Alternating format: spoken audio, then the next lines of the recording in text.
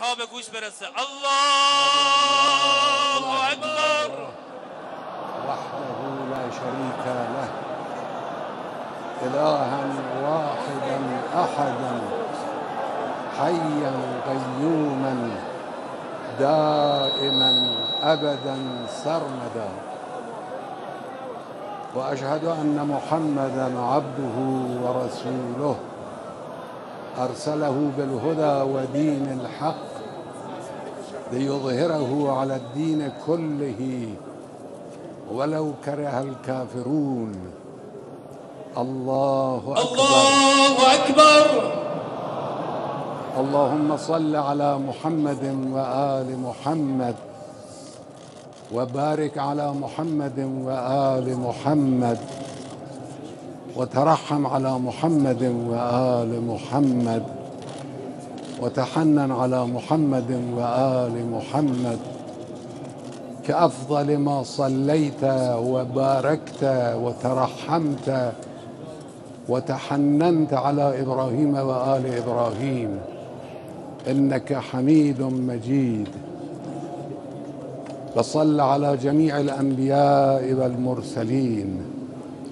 الله أكبر. الله أكبر. اللهم اغفر للمؤمنين والمؤمنات والمسلمين والمسلمات الأحياء منهم والأموات. تابع اللهم بيننا وبينهم بالخيرات إنك على كل شيء قدير. الله أكبر. اللهم إن هؤلاء المسجون قدامنا عبادك وابن عبادك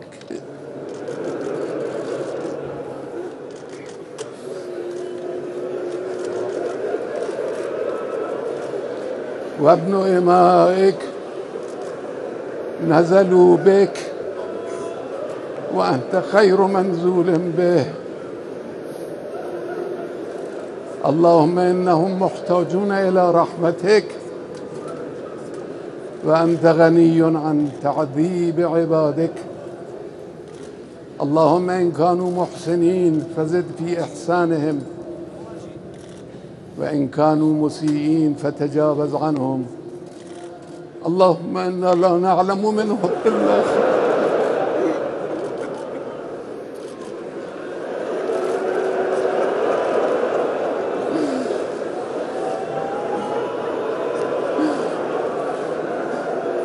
اللهم إنا لا نعلم منهم إلا خيرا.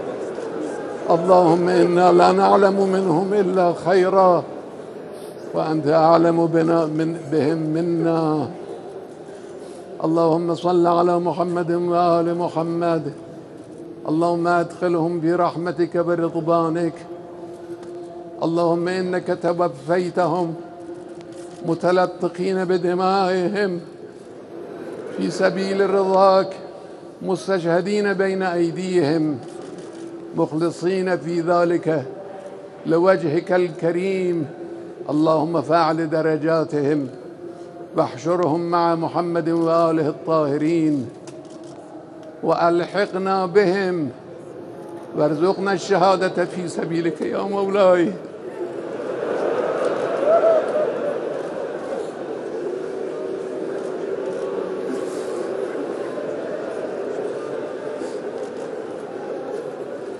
الحمد لله الذي أكرم المستشهدين في سبيله. الحمد لله الذي رزقنا الشهادة في سبيله. الحمد لله الذي رزقنا الجهاد في سبيل الإسلام. الله أكبر. الله أكبر. همینک وداع جانسوز رهبر عزیزتر از جانمان ولی امر مسلمین جهان با مالک اشتر خیش با این شعار ابوالفضل علمدار خامنه‌ای نگهدار.